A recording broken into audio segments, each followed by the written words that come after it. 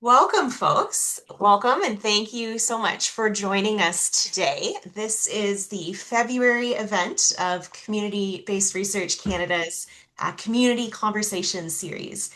We previously called this our e-learning series, but really this series is more about having conversations with folks who've been engaged in community-based research. So thank you for joining us. This is the second event in a series we're running on centering community in community-based research. So in this event, we'll be having a conversation with Vicky Caruana, Marianne Cabral, and Amanda Cappin. And Deanna Cooper, who unfortunately is not able to join us today, but was part of this project and preparing the presentation. And we'll be chatting about a research project that was conducted through Durham College's Social Impact Hub on empowering parents with cognitive challenges through co-production practices. As we get started today, I'll just acknowledge that the Community-Based Research Canada Secretariat operates from the traditional territory of the Anishinaabe, Haudenosaunee, and Attawandaron, or neutral peoples. Our office at CBR Canada is located out of Wilfrid Laurier University, and that's situated on the Haldimand Tract. The Haldimand Tract includes 6 miles on either side of the Grand River, and it's the unceded land that was promised to the Six Nations of the Grand River in the Haldimand Treaty of 1784. We give thanks for the privilege to work and live on this land, known as Waterloo, Ontario now. And at CBR Canada, we're committed to building relationships with First Nations, Métis, and Inuit peoples throughout Turtle Island, as well as promoting research projects and approaches that actively work towards reconciliation. If anyone here is new or unfamiliar with us at CBR Canada, we are a membership-based organization with a mission of advancing community-based research excellence in Canada by strengthening partnerships, building capacity, mobilizing knowledge, and championing community-based research. We are a social enterprise funded by our membership base. We have over 70 organizational and institutional members. And as part of the programming we offer to our members, we host events like these community conversations, as well as our community of practice and other events that you can find on our website. At the end of our conversation today, I'll be sharing the link to our website and where you can find other events that we'll be hosting in the near future. So on to our event today. After I'm done my brief opening here, I will pass things over to our presenters to begin their presentation. And we'll aim to have at least 20 minutes for question and answer and conversation with the presenters after they share a little bit about their project with us. And then we'll wrap up the event and get everyone out of here on time today. So without further ado, I will pass things over to Amanda Cappin, Vicky Caruana, and Marianne Cabral to share with us about their project, Empowering Parents with Cognitive Challenges through Co-Production Practices.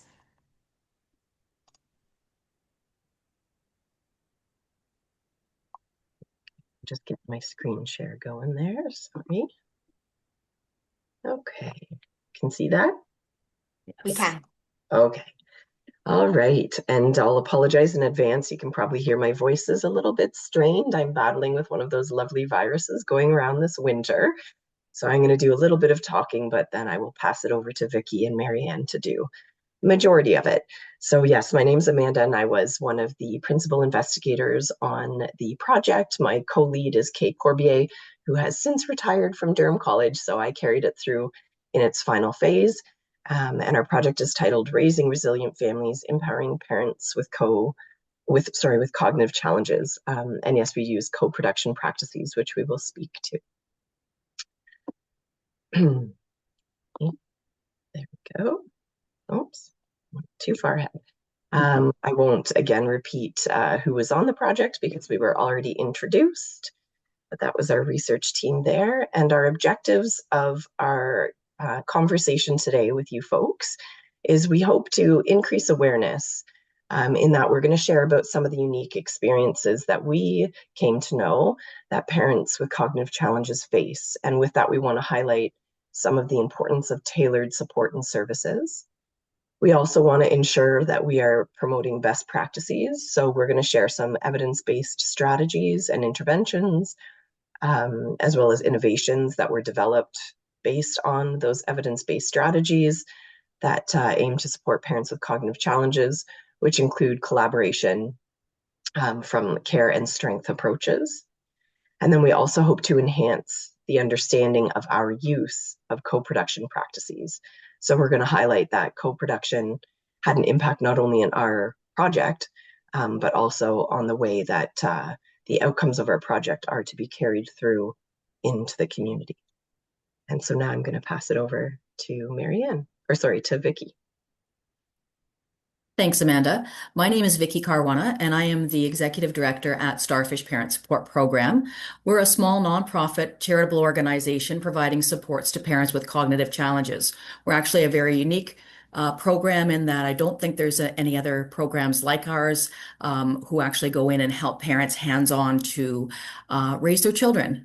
And with me is my co-host, Marianne, and I'll let Marianne introduce herself.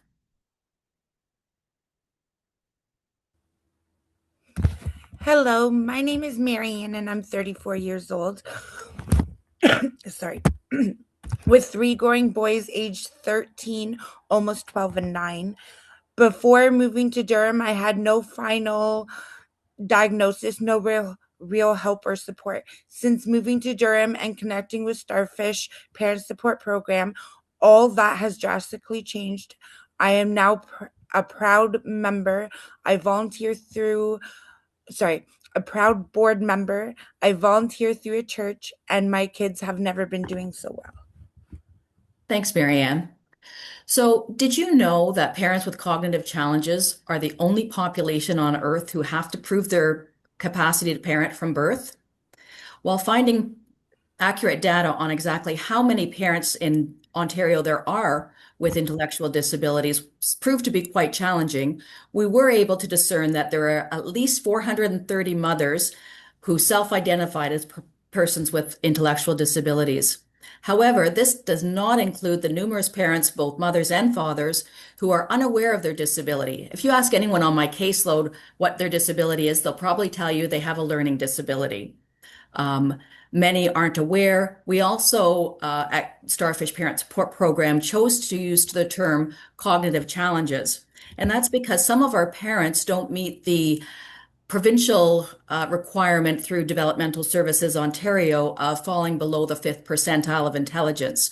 We wanted to make sure that we could include parents with autism, those above the fifth percentile, as well as parents with acquired brain injury and other neurodegenerative disorders. However, we do know that parents with intellectual disabilities or other cognitive challenges are significantly overrepresented in the child welfare system. Here we have a quote of 5.6% compared to 1% of those without disabilities, but our current caseload numbers would suggest that this number is likely much higher. We're averaging an intake of 4 families per month since the onset of the project, and we currently have had to pause our intake because the demand is so big, and we want to make sure that we have the capacity to provide the support to all of those families. Okay, so our why.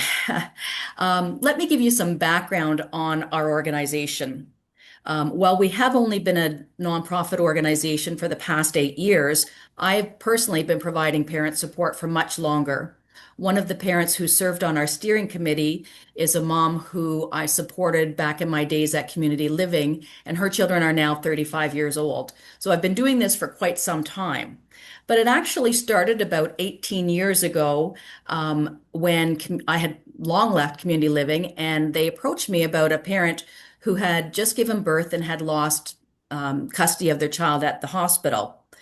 They asked if I could come in and, sort of help them work on some infant skills to, with the hope of regaining custody.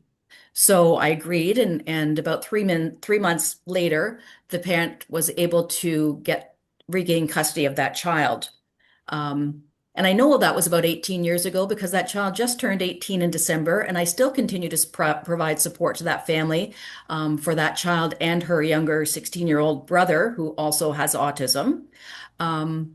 But wasn't without, and the family has retained custody of their children for the last 18 years. There's never been another apprehension, which I'm thrilled about. However, there was often some blips. We were in court a couple of times through CAS, and one of those times, a very astute lawyer read my name and saw that I was providing support to a parent with a cognitive challenges and recognized that she also had somebody with a very, very similar story on her caseload. So she called me up and asked me if I would be willing to help this parent to regain custody of her child. And I said, certainly we would give it a try. The child was almost a year at that time, a year old. Um, and so I started working with the mom to work on her parenting skills, and I started supervising her access in our home. And when the child was just about 2 years old, we went back to court for a trial, and the parent was awarded custody. Um, the parent that child is now 14 years old, and although we've known that he's had a global developmental disability since a very early age, we just recently, just about 5 years ago, found out that he also had reactive attachment disorder. And it was determined that he developed reactive attachment disorder because during his 2 years living in the foster care system, he had been bounced around to at least a dozen foster homes. It is not great for anybody's attachment. So the parent does a fabulous job with him, and his needs are definitely being met, but it's not without challenges. So to date, we were doing a pretty good, we felt we were doing a pretty good job of helping families to regain and maintain custody, but sadly, we were still losing babies at the hospital. So 4 years ago, I met Amanda Capon, and she heard our story and made it her personal mission to help us to reduce the trauma for these families and started the research project, Raising Resilient Families, Empowering Parents with Cognitive Challenges. To date, we've helped 32 kids get reintegrated into their family's custody, and we have had many babies since the project began. So we started with our research project, and we started with this question: how can we develop a model of support that is rooted in existing best practices and that proactively addresses the social issues, including the trauma, institutionalization, and violation of human rights that impact parents with cognitive challenges? How will we ensure we have input from parents with lived experience as well as other key partners? Parents with cognitive challenges have long endured discrimination, judgment, stigma, trauma, and abuse. But we can really help shape these perceptions. How parents are perceived is crucial, especially during interactions with professionals, from interacting with doctors, prenatal services, teachers, and school. These quotes were actually taken from the research project. Parents with cognitive challenges are often seen as risks rather than people with potential.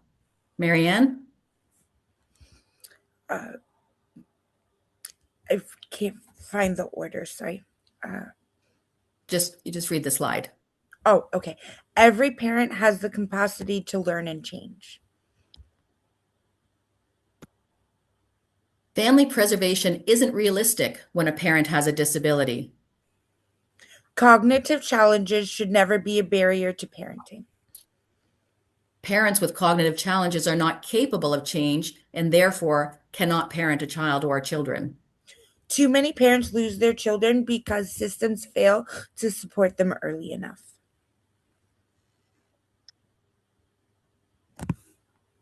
And here you see that other people's reality isn't your reality. The power of perception is quite significant. All right, so we wanted to include our families with cognitive challenges, but many of our parents were quite reluctant to participate once they heard that there would be child protection workers also serving on the steering committee. Some of the child welfare staff that were involved were actually the same people that had come in and apprehended children many years ago. So our parents were very reluctant very afraid of judgment. So it was really imperative that we capture their voices and experiences in a safe, welcoming environment. So we enlisted the help of a communication ally. A communication ally is a trusted role model who acts as an advocate or intermediary to persons with lived experience. This is and continues to be a best practice integral to fostering the psychological and safety needed to elicit the voices of those impacted by this important work. But it also serves as an invitation to all of you attending this presentation that you may also be called upon to act as a communication ally. I know that our parents who participated in the project really relied on those people there to support them in making them feel comfortable and confident during the process. Okay, so then we had our phases of the research. Phase one, so I need to think of things practically. So phase one for me was sort of like laying the foundation of a new building that you're going to build this beautiful world-class structure. So this is developing the foundation. It included semi-structured interviews with 10 parents with cognitive challenges and 19 service providers. Each interview was conducted, it took about an hour each, and they were recorded so we would make sure that we captured every single valuable syllable of what they had to say. Phase two, sort of the bricks and mortar part of the project, was broken into two parts.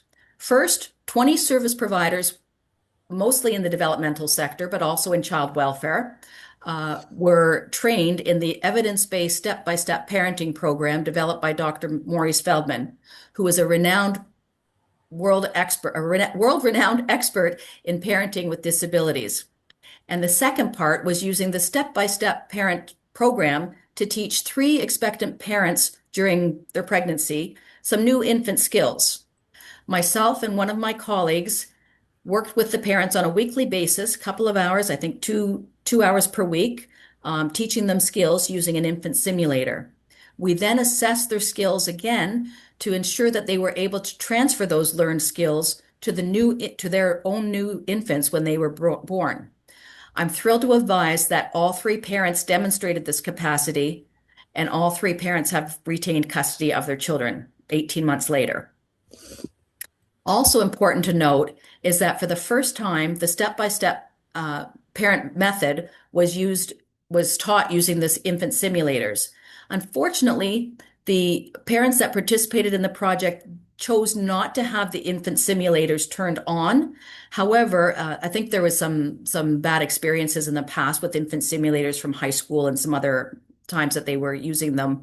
But for us here at Starfish Parent Support Program, we're using them on a regular basis. And I think it's really important because the simulators act like an actual child, and it actually records whether you attend to their needs, whether you change them on time, whether you feed them on time, whether you protect their necks, those kinds of things. And they generate reports. And those concrete reports is what I'm using to show child welfare people that, yes, this parent really can do this. They had this infant simulator for 24 hours, and look at the great results. So I think there's more work to be done in the area with infant simulators. And phase three, is sort of what I like to think of as the roof of our building. Except in our case, I think of it more like a glass ceiling. The sky is the limit, but it's still strong and protective. This transformational phase included the co-production sessions and community-driven solutions. This was so valuable to us. We held 5 co-production sessions, including both parents with lived experience and service providers, and was an integral part of the project. Having those parents' voices not only be heard, but helping to design the solutions of problems that they'd incurred in the past was tremendous. Okay, this is a little infomercial that highlights, as Amanda likes to say, innovations that should never be innovative. These are the highlights that highlights the outcomes that we wanted to achieve with our dissemination of our project. I'll just chime in here. Thanks, Sure, Vicky. Yes, please. Yeah. this was a graphic recording that was at the fifth and final co-production session that we held. And so it really honestly captures almost like minutes would of a meeting, right? So it captures, but in a graphical way. And Vicky shared my sentiment, which has been my sentiment from the start of this project, is that yes, I believe that this is innovation that shouldn't be innovation, in that it's unfortunate that it's new and novel that we're even looking at building supports for parents with cognitive challenges. To me, it seems like something that should already exist in our community, in our society, and yet it doesn't. And so that was the rationale for us obtaining the funding we did for the grant that we've been working on this project with, which is wonderful. I'm glad that we're doing that. But again, it's unfortunate that it is innovative, and hopefully one day it won't be new and novel. Mhm. This next piece as well, I'll speak to. So anybody who has their device handy, you can scan that QR code. I think the presentation will be sent out probably afterwards as well. And so what that QR code should take you to is our final report, which again has some graphic and kind of engaging elements to it. And it really captures all of the phases that Vicky just spoke to, as well as some of the outcomes and results of the research project, which was over the duration of 4.5 years. And in the next few slides, we'll speak to some of those results. Great. So here in our summary of findings of phase one, you can see that we interviewed the 10 parents with lived experience and the 19 service providers, as I indicated. On the left, you'll see that the responses of the participants, when asked, are you confident with your own abilities to make decisions? Most were pretty confident. But then if you look below, when asked if you felt as though your decisions were being questioned by others in your life, most parents felt that their decisions were absolutely scrutinized by others. This speaks really highly to the stereotypes, negative bias, discrimination, and system navigation issues, and of course, the trauma that these families have endured. And on the other side, the results of the interviews with the service providers, most believed that parents with intellectual disabilities were constantly judged on their abilities to parent, even within their own human services sectors, but within regard to their judgment within their own workplace, most felt that they had a pretty equal balance. That they didn't feel that they were overly judged in too much at all. So, And that part also speaks to the resilience of parents with cognitive challenges, because that exact disparity for the graphs on the left side, where parents felt confident but also felt questioned, and still like felt confident even though they felt questioned, that was a really valued outcome for us to observe and know that parents are resilient in navigating the complexities of our social service system, of dealing with child welfare concerns and so forth. And then, yes, it does show really that there is bias that exists within the social service sector itself. And so that became something that was really important for us to work on, which is that second phase where we did the step-by-step parenting program, which, Vicky, if you want to speak to these outcomes. sure. Okay, so on this graph, you'll see that on the left, there was a noticeable increase in perceived confidence in the service providers' ability to provide support to parents with cognitive challenges. This is sort of something new. Many years ago, when I approached one of the developmental organizations and said, we have these parents who need support, and the director at the time said to me, I don't really think this is an issue. We don't have any parents on caseload. Like it's a non-issue. So I think this really speaks to that piece that, yeah, we really do have, we're getting four families per month at least of parents with cognitive challenges getting referred. So it definitely is a thing. And then here in the middle graph, when they were asked, what's your opinion regarding parents with cognitive challenges? In the sort of teal color, I guess I'm going to call it, is the pre-interview findings or pre-training findings, and then in the darker green is the post-training findings. You'll see that originally, most of the service providers were kind of feeling like, yeah, parents could maybe parent if they had like this ton of support and they were supported all of the time. But by the time that they had the training in the post results, you can see that most of them were feeling that they parents could probably parent only with some intermittent supports. Mhm. Um, and then the parents participating in the project were asked to generalize their skills using those infant simulators to their own babies, and they were able to do that very well, and show that they not only had the capacity to learn new skills, but they were able to generalize those skills in for their children. And of course, we know that children have different developmental stages, and the step-by-step parenting model follows them through those stages. Amanda, anything you'd like to add there? No, you No? captured it beautifully. Okay. You got it. Yeah, good job. Okay. Thanks. Um, and here we have sort of the outcome. We had 5 major innovations, of course, that should never be innovations, that were highlighted as a result of the co-production sessions. The first is, of course, the need for early intervention. We know that through early intervention practices, we can help reduce and hopefully eliminate some of that trauma, and keep families intact by wrapping supports in a service network around those families. To this end, we hosted a second training event for service providers, and I was also fortunate enough to be certified as the train the trainer, so that I can now continue to train new staff, new Starfish staff on the step-by-step parent training method. So in total, we trained about 40 service providers within Durham region. And then Dr. Feldman and I actually went to Peterborough and trained an additional, I'm going to say about 20 people there as well. Another major outcome highlighted was the need for more supportive policy development. And while there's still so very much work to do on this area, um, small changes have huge impact. And one of the small changes that the Durham Children's Aid Society was able to implement was to add a fairly unobtrusive question to their intake procedure. So they now ask if that parent is aware of any diagnoses they might have or if they were ever involved in special education.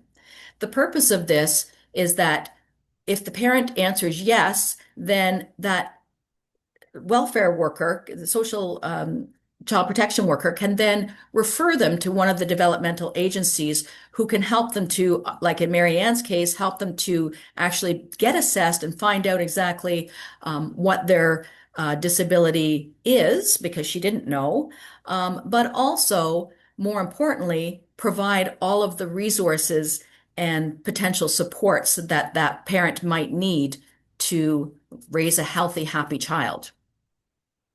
The third innovation, I'm going to call it, Mhm. uh, was that parents really wished that they had a peer-led support group. And they even created a topic list of things that they'd like to learn about.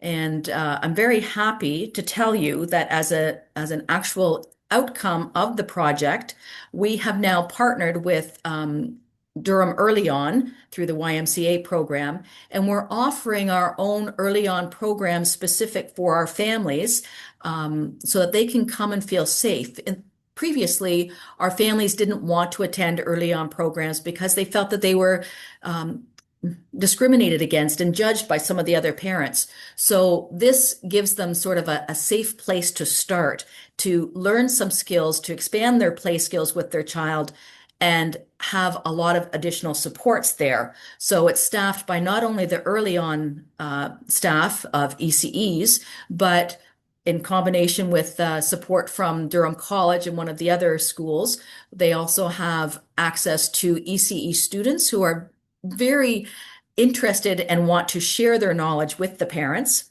as well as Starfish staff. So it's offered twice a week, for 1.5 hours each afternoon, and it's been fairly well attended. The other piece to that collaboration, which has been so important, especially for an agency like ours, is that we now have finally received an Ontario Trillium Grant Seed Foundation fund to offer our 4F program. And our 4F program stands for Families, Food, Focus, and Fun. And this is specific to parents of children aged 0 to 5. So really targeting that early intervention. Our 4F group includes a parenting class, a cooking class, some social time, but we're expanding our curriculum to include things like budgeting and other life skills, a mental health support program. And we're really thrilled to tell you that on the second day of the week, we will be offering that peer-led support program that parents so desperately wanted. And lastly, we have developed a post-birth plan. You can go to the next slide. Thank you. So the post-birth plan is much like a birth plan that doctors might say to pregnant women, go home and think about what you want when you're about to deliver. Do you want to have a epidural? Do you not? What kind of things? What are your choices? So we really felt that parents needed to go sort of prepared to the hospital, and this was what we came up with, was a post-birth plan. So this does include some of those birth plan ideas about what they expect from delivery, but it also includes a section of All About Me, where they can highlight their resources and their support systems. And then there's a section on how they feel about going home, and there's a place where they can capture the baby's information and any follow-up appointments that might be necessary. This birth plan is available in two different formats: the electronic format, where parents can use their phone and just fill in a fillable format, or a PDF where they can print and fill it out. So one of our parents who participated on the steering committee was recently going to have a child, and she started off with the technological format and then thought, you know what, I'm going to bring that printed one just in case, I sort of get targeted at the hospital and the nurses need to see it. I'll just leave it right on my tray and they can look and see what kind of resources I have available to me. So both of these formats will be housed on our website at www.starfishparentsupportprogram.com. I just want to share a little bit of context. I'm not sure if Sure. you mentioned this or not, but the post-birth plan was one of the innovations that came out of our first co-production session that we held with parents with cognitive challenges. So it was a really, really beautiful outcome that was co-created through parents themselves in their experience. This was identified as a need that they had. And again, one of those things that's unfortunate to be a need, but a need nonetheless. And so it was parents who really drove and generated this document, and we just put it into the format and checked with them to see if this would capture what worked. And then, as Vicky mentioned, it's now housed in electronic and printable format. And I also wanted to add, 2 weeks ago, we had another baby welcomed into our Starfish community. And even though that mom works full-time in a daycare, it is her first child. And she did have her post-birth plan there. But even I actually happened to be in the delivery room with her. And even while she was giving birth, the nurse, and was at a hospital that we have not done a presentation to, Amanda. Mm. But the nurse said, I can have the social worker come in and speak with you. And so I piped in and I said, why would we need a social worker to come in and speak with her? And she said, oh, just so we make sure that she has all the resources available to her. And so I was able to then say, oh, well, look, we brought her post-birth plan, and these are all of the supports that she has in place. And these are all the people that are important to her, and all of the resources that she has in place Awesome. and will need.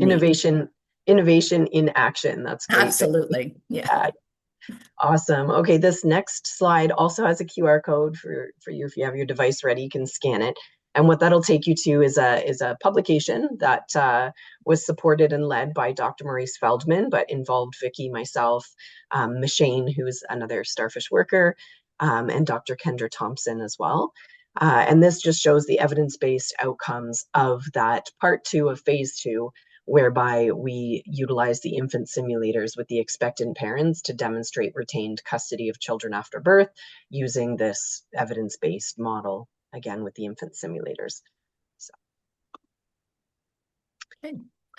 And so now I'd like you to hear a little bit from Marianne about what her thoughts on participating in a co-production research project like this one really meant to her. So Marianne, tell me, what was it like being part of the steering committee that helped guide this project? You're You're muted, muted. Marianne. Sorry. You're muted. You're still muted, Marianne. Yeah. Technology. Mhm. Uh, There you go. Oh, there you go. I'm not used to using this laptop, so No problem. Okay, um, so what was it like to be part of the steering committee that helped guide this project? it was scary at first, but then I got to know everyone. It was amazing because they were willing to listen and value my ideas and opinions. Nice. What is the one thing that you're most proud of from being part of this project? I am proud to have been able to help create supports for moms with disabilities, supports that were not around for me and my children when they were born. I Okay, Even if we can help even one family to remain together, then all the work is worth it. awesome. And how has being part of this project helped you or the people you know? It has definitely helped me to become more confident in my parenting and when dealing with people in everyday to day life. I have a friend who just had a baby boy, and the birthing plan was a lifesaver that she did not have with her other two. Awesome. Marianne, you gave me goosebumps again. Okay, so some of our key takeaways. We'd like to wrap up by highlighting a few really important thoughts about the importance of co-production and research. It was so critical for us to have persons with lived experience to help guide this project. Working with those parents, especially those with cognitive challenges, we need to work as a team to protect and strengthen families. This is critical. Tailoring our interventions and our peer support and adding accessible resources promotes resilience and value in vulnerable parents and supports family preservation. Using trauma-informed and anti-oppressive methods can improve intervention effectiveness and outcomes. Addressing cultural and systemic factors is essential for equitable child protection, service delivery, and please keep in mind that it truly does take a village. The efforts of those social service organizations, healthcare organizations, and anybody working together, all centering the voices of parents with lived experience, will help raise strong, resilient families. And on this page, we have a list of resources that have hyperlinks, although I'm seeing one of those looks like it's disappeared, so I'll edit that before we send it out to folks. But this links to the Starfish Parent Support Program, other provincial maternal child health resources that are available mostly for hospital type settings, as well as the step-by-step parenting program that we referenced. So make sure you're equipped with those resources to look at them. And then we have some questions to help the audience with final thoughts and key takeaways. We're curious to know what your key takeaways are in terms of collaboration, in terms of supporting parents with cognitive challenges, sustainable solutions, and any future engagement as to how you might now carry this work forward on behalf of your own community. So I'll pass it over, I guess, back to you, Amanda. Does that help to open up questions? Yes. Yes, that's fantastic. Thank you so much. Our presenters today have posed that question to all of you. If anyone in the audience would like to answer that or share their takeaways, I would also encourage anyone in the audience, if you have questions for the presenters, please feel free to put them in the chat box. I'll then read those questions to the presenters to answer. And maybe I'll kick things off just, I guess my quick top of mind response to that question you'd posed, Amanda, about my own takeaways. Um, One of the things we often hear, when we're introducing folks who haven't done community-based research before to the idea of doing research with communities, the initial pushback we often get is it's so hard to work with communities and it takes so much more time. And, when we're working with any sort of population, just working with more people means, yes, more time is required, but it does mean we Mhm. get a greater product. And Mhm. I think what you've been able to highlight here too is that um, we can work with populations who traditionally might not be involved in research, and we Mhm. can, and it is worth the time and effort it takes to do that, 100%. to work with community to get the product. And we heard from 100%. Marianne how valuable that was to have that product, but also to be involved in that process. So that to me was my takeaway here.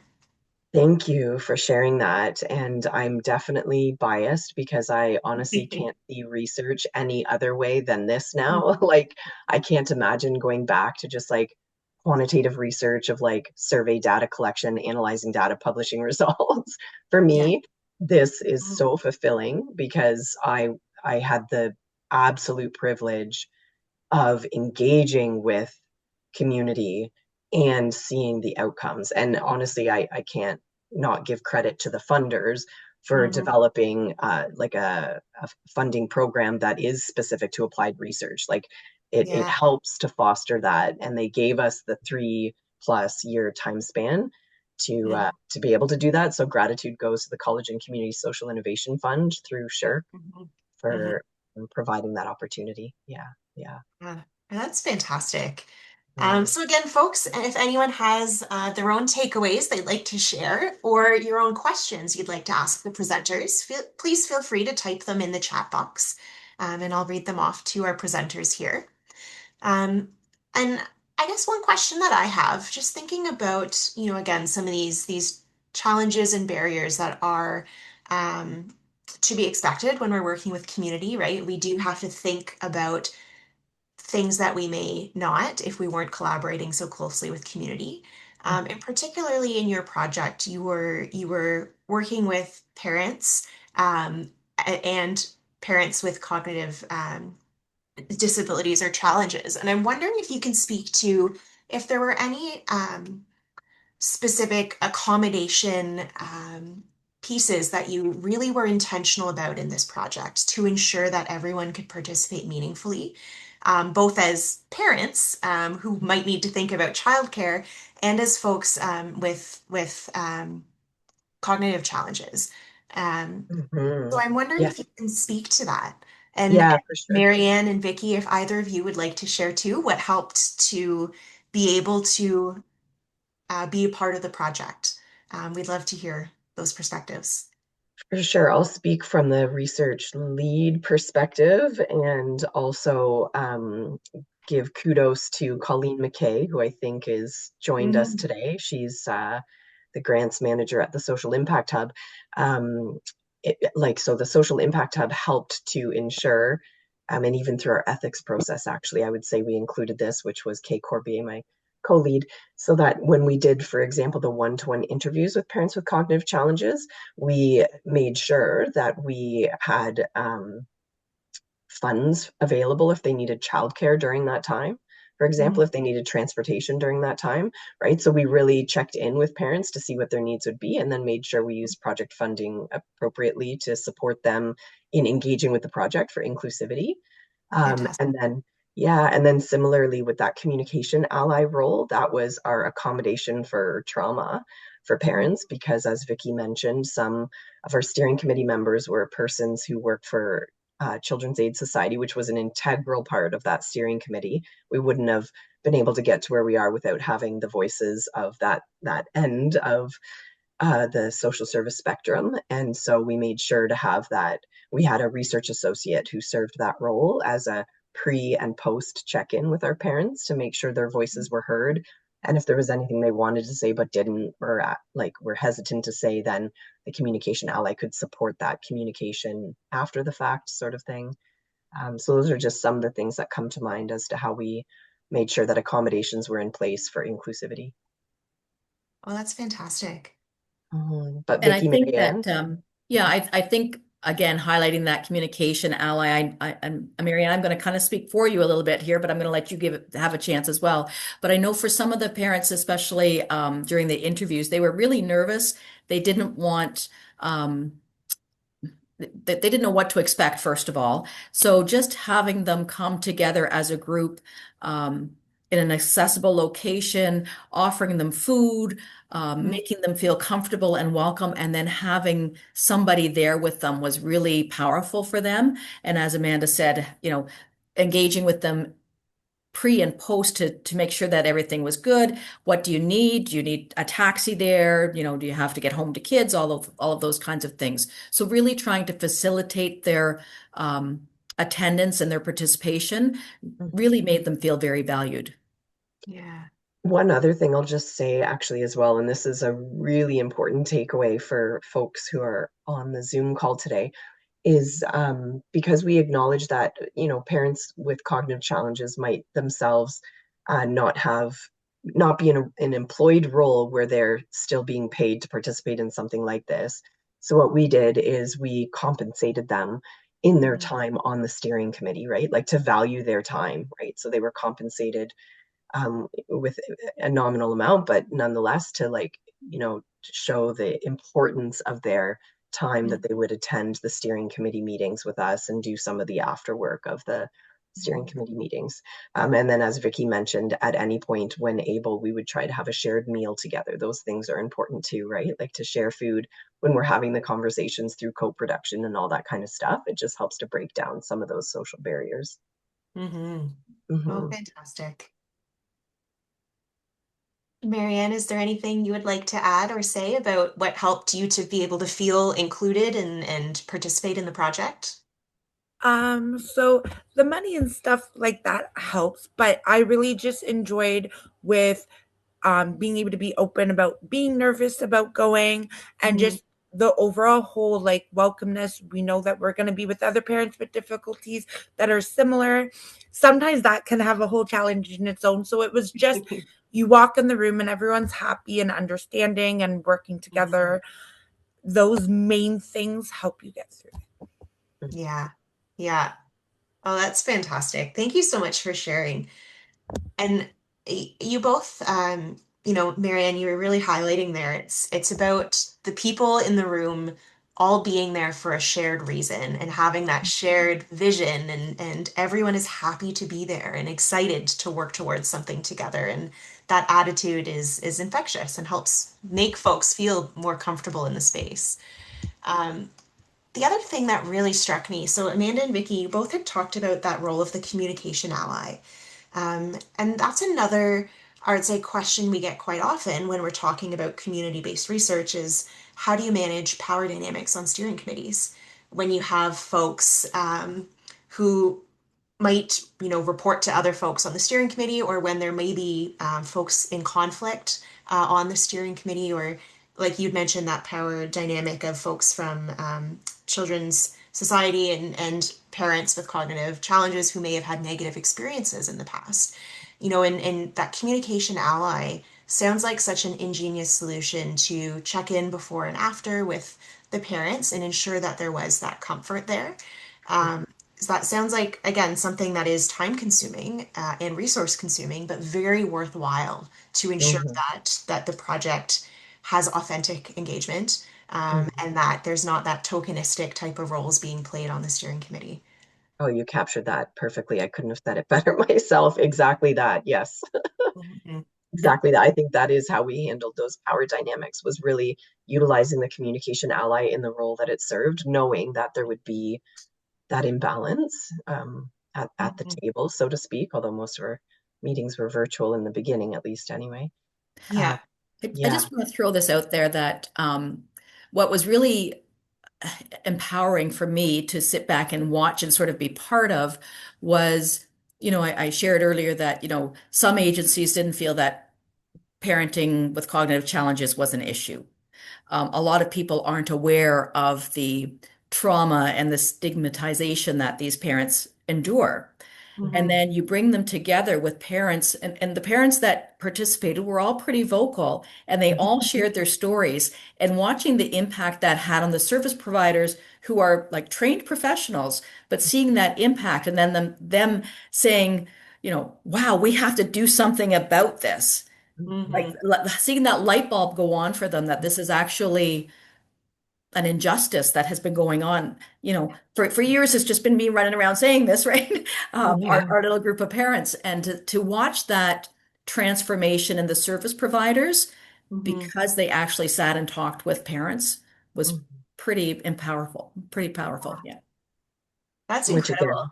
yeah, and that wouldn't happen without community-based research, right? Like if we didn't have Vicky at the table, like I can't be in my ivory tower saying what resources parents with cognitive challenges need.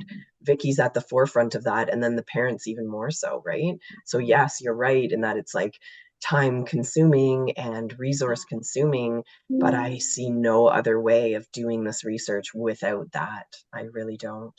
Yeah. And Mhm. that's, I'll say another thing that we try to get across when we're teaching folks about community-based research. Um, you know, we often think about the capacity building or the teaching or the training that has to go into if there are community folks who haven't had prior research experience and we're involving them. It's easy to visualize that one way of learning, but we don't always recognize how important the two-way learning is, that kind of reciprocal co-learning that happens. As researchers, and like you said, Amanda, when we're in academia, we don't have those experiences of what things are like, those lived experience perspectives. So it's just as important that we learn from community members. Um, that learning does need to go both way. It does need to be reciprocal sharing and openness on both sides to be willing to listen and learn. Yeah, to add an example to that and showing from the outset how important it is to have that two-way learning, as you're describing, is in the very beginning when we had submitted our proposal to the College of Mm-hmm. Community Social Innovation Fund. In our methodology, we had originally said we were going to do focus groups with parents with cognitive challenges, honestly, in part because resource-wise, time-wise, it's more efficient. And so that was our original plan. And then Mm-hmm. as we, kick-started into the grant, we checked in with parents about this and with Vicky, and we quickly learned that having a group of parents sharing their traumas, for lack of better words, because some of the questions are asking about their experiences with, Mm-hmm. was going to be a little bit uncomfortable, challenging. So we had to switch to doing those one-to-one interviews, which was far more time consuming, doing Mm-hmm. transcripts word by word. Our lovely research associates and assistants who did that were amazing. Mm-hmm. But we needed that two-way learning to know that our research method was not appropriate according to what information we were looking to pursue. So yeah, Mm-hmm. definitely two-way learning. Yeah. Yeah, thank you. There's so many of those really excellent examples throughout this project of really what excellence looks like in community-based research. Those small tweaks and things that you did to really ensure that there was authentic engagement. And yeah, adapting your methods to suit the context and really listening to those lived experience perspectives to drive that. That's phenomenal. Thank you. Mhm. And there was a comment in the chat here I'll share. Um, I really like your focus of being an ally rather than an advocate, approaching these engagements with a strengths-based lens and walking alongside. Very inspiring. Oh, Uh, nicely said. very, very well said. I like that idea of being an ally rather than an advocate. It goes with that idea again in community-based research. We're not doing research, on populations. We're doing research with, or ideally even research led by community. And as the researcher, your skills are in service to Yeah. community folks that you're working alongside. So I really like that. Thank you, Gabe, for sharing that comment in the chat. Mhm. Do we have any other questions or any takeaways from the audience they would like to share? Or if not, I can welcome Amanda, Vicky, or Marianne if there's any. Oh, yeah, Nilu, please go ahead. You're muted right now, so we're not able to hear you. Sorry for that. Hello, everybody. My name is Neelu Mehta, and I have done. I worked with the SARAS as a SARAS Institute, Research Institute. Before it was near the University of Toronto, and now it's at York University. I'm in Guelph right now, so I have been like did lots of research work. But my background is a GIS. I worked on a story mapping program, like interactive maps. So I prepared few maps on real lived experience and in this area in Waterloo region, and also job mapping tool. So because I have done two cognitive behavior therapist coaching and therapist small, very small certificate courses from Mm, Udemy. So it's me and also for my friends, because I know one of my friends, they have son has a Down syndrome, another is his is suffering from muscular dystrophy, like so mm, that's lots of other things. So I feel like, if can we bring the voice on the map, and some examples, because I started as my consultancy, so I'm just giving you how we can bring all those value to visualize data with voice scripting and mm, audio and video. Because when during my research work with the social planning council Kitchener Waterloo, so researchers, they brought around 200 interviews from the ground, 1 hour 2 hour interview, and then I extract the exact what is the voice on that Mm, interview, right? So brought cool. all Yeah. those voice on the map, Yeah. mm, and I'm telling you, showing to the partners, hey, this is the mm, problem, this is the situation.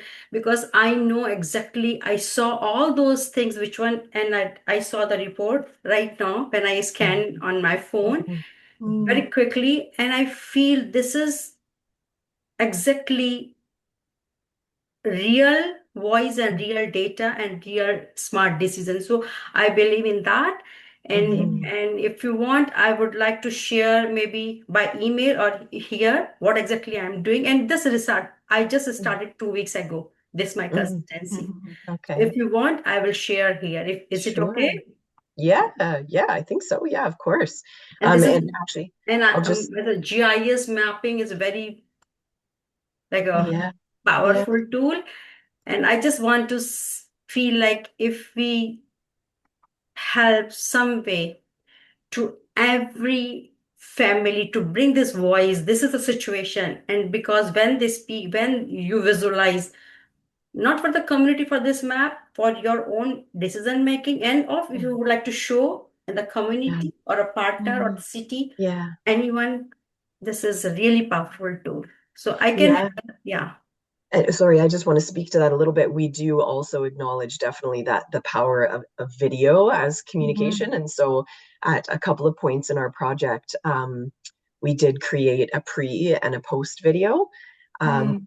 which will be shared in the resources. And then we also had our amazing journalism students do some interviews with parents with lived experience. So not quite in the analyzed Mm. way that you're describing, but at least to like Mm. get the voice heard where they were able to share some of their story and experience. Yeah. So so before and after voice, like before and Mhm. after interview. So in this one project, I have done like during when LRT established in Kitchener, sorry, on King Street in Kitchener area. So the loss of affordable houses, apartment, they gone. Oh, So okay. people are evicted from there, and Yeah. those voices and those houses before and after, Yeah. Mm. I Okay. just brought on the map. So though, yeah. Yeah.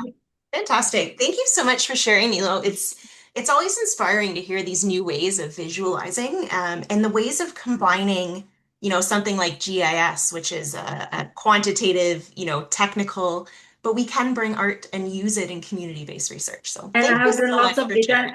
data analysis work with in Mhm. all sector, not in a specific, in all.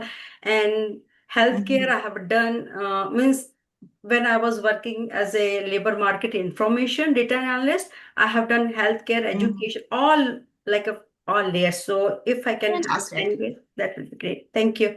Thank you. So you've shared your contact information in the chat if the folks from Mm. the team would like to follow up. Okay. And I need to wrap up very quickly because we've run out of time. This was such a phenomenal meeting. I'll just bring your attention to we do record our meetings. So if you would like to go back and rewatch any of today's session, you can find it on our webinars and discussions page on our website.